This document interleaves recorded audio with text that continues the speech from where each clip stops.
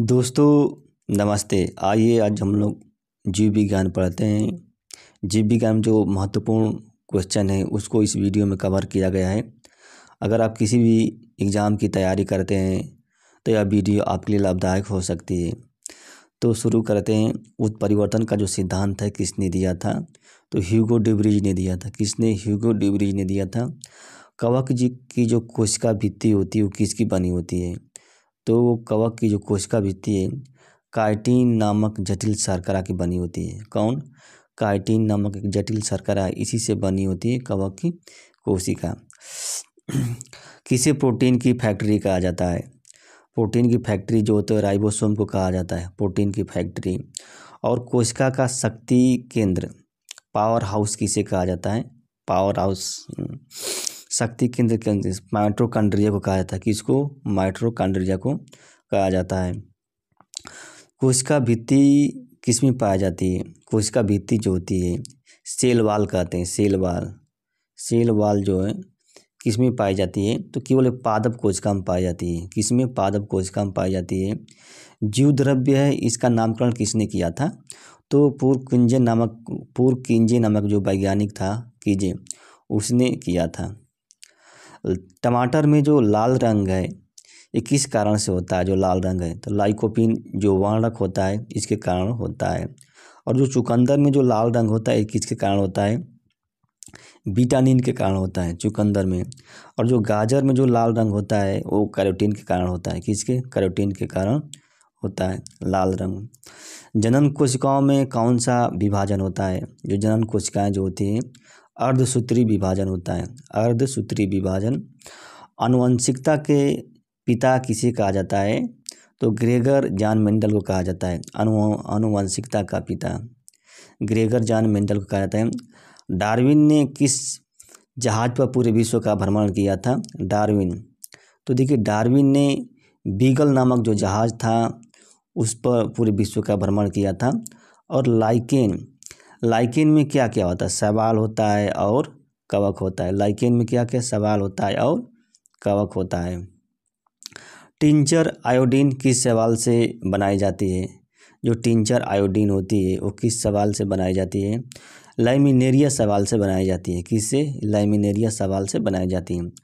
पारिस्थितिकी जो होता है इसका प्रयोग किसने किया था? एजी टांसले ने किया था। क्या? एजी टांसले ने किया था जो पारिस्थितिकी था। और मानव हृदय का प्रत्यारोपण किसने किया था? मानव हृदय का जो प्रत्यारोपण है क्रिश्चियन बर्नार्ड ने किया था। क्रिश्चियन बर्नार्ड ने। अब अगला क्वेश्चन है कि तना का रूपांतरण कौन कौन होता है? जो तना है ना इसका रूपांतरण कौन कौन है? देखिए आलू है, प्याज है, बंडा है, लहसुन है, हल्दी है, अदरक है। ये क्या है? ये तना के रूपांतरण है। फूल खिलाने वाला हार्मोन किसे कहते हैं? फ्लोरीजेंस से कहते हैं। फूल खिलाने वाला जो हार्मोन्स होता है फ्लोरीजेंस होता है।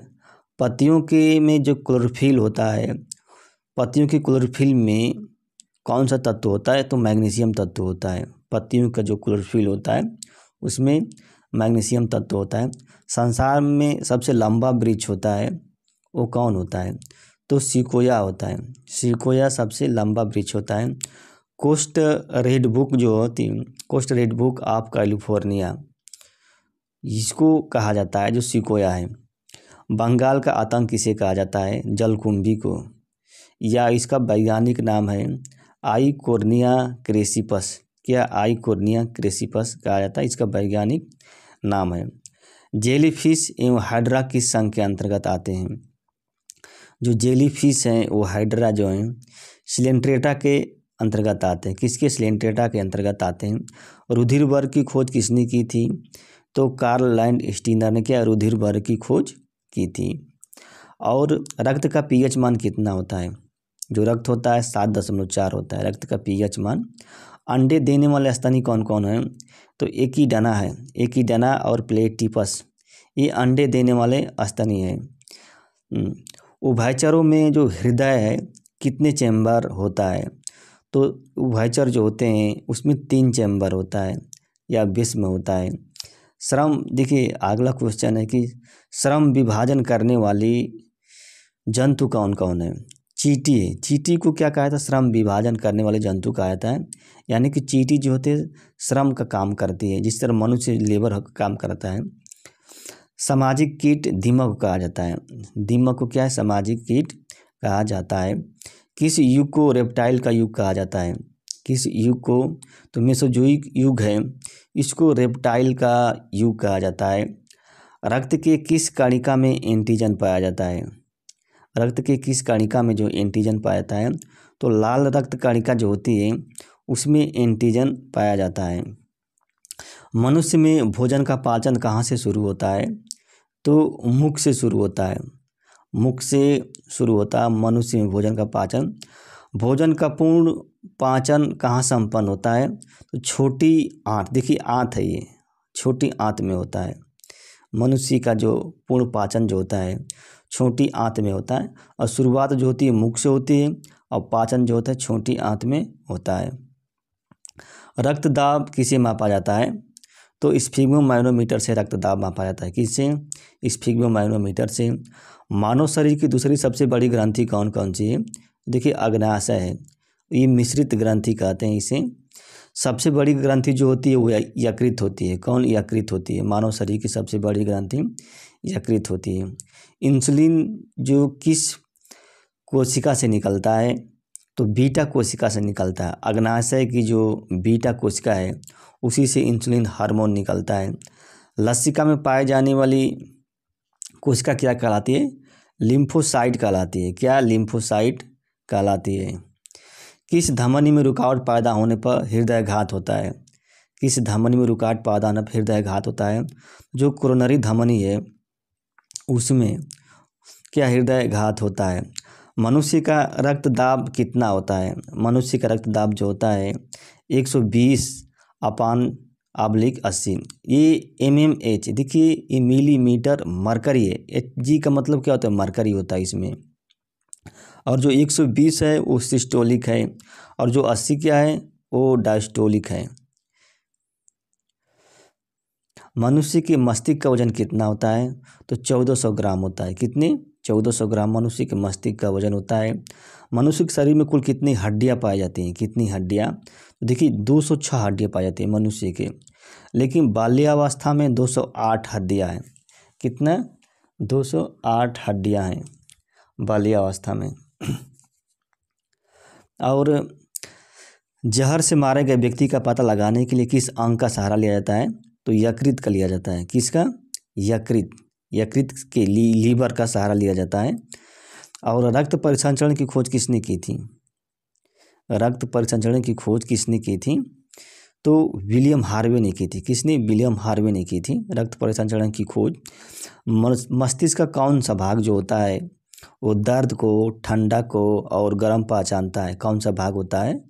तो मस्तिष्क का जो थैलेमस भाग जो होता है, जो थैलेमस भाग जो होता है वो दर्द को, ठंडा को और गर्म को पहचानता है। रक्त के जो अमोनिया होती है उसको यूरिया में कौन बदलता है?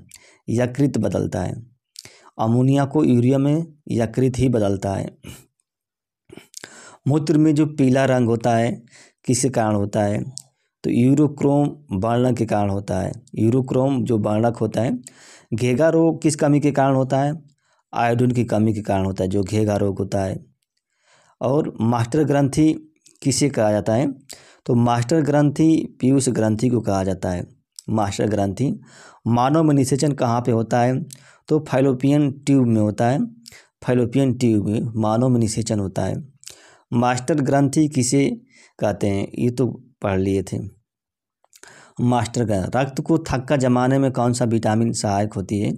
तो जो विटामिन के होता है ये रक्त को थक्का जमाने में सहायक। किस हार्मोन को फाइट एवं फियर वाला हार्मोन कहा जाता है? तो जो एड्रेनलिन हार्मोन है, एड्रेनलिन हार्मोन है, इसी को फाइट, फ्लाइट और फियर वाला हार्मोन कहा जाता है। अनाक्सी श्वसन के अंत में कौन सा अम्ल बनता है? देखिए अनाक्सी श्वसन जो है इसके अंत में कौन सा अम्ल बनता है? तो पायरुविक अम्ल बनता है। कौन? पायरुविक अम्ल बनता है। अनाक्सी श्वसन किस में होता है? ईस्ट में होता है और जीवाणुओं में होता है। अनाक्सी श्वसन जो होता है इस जीवाणुओं में होता है। अनाक्सीय श्वसन यानी कि जिनमें ऑक्सीजन की ज़रूरत नहीं होती है। किस मच्छर के काटने से मलेरिया रोग होता है? तो मादा एनाफिलीज जो होता है इसके काटने से मलेरिया रोग होता है। और किस मच्छर के काटने से डेंगू ज्वर आता है? तो मादा एडीज है, मादा एडीज होता है, इसके काटने से डेंगू ज्वर आता है।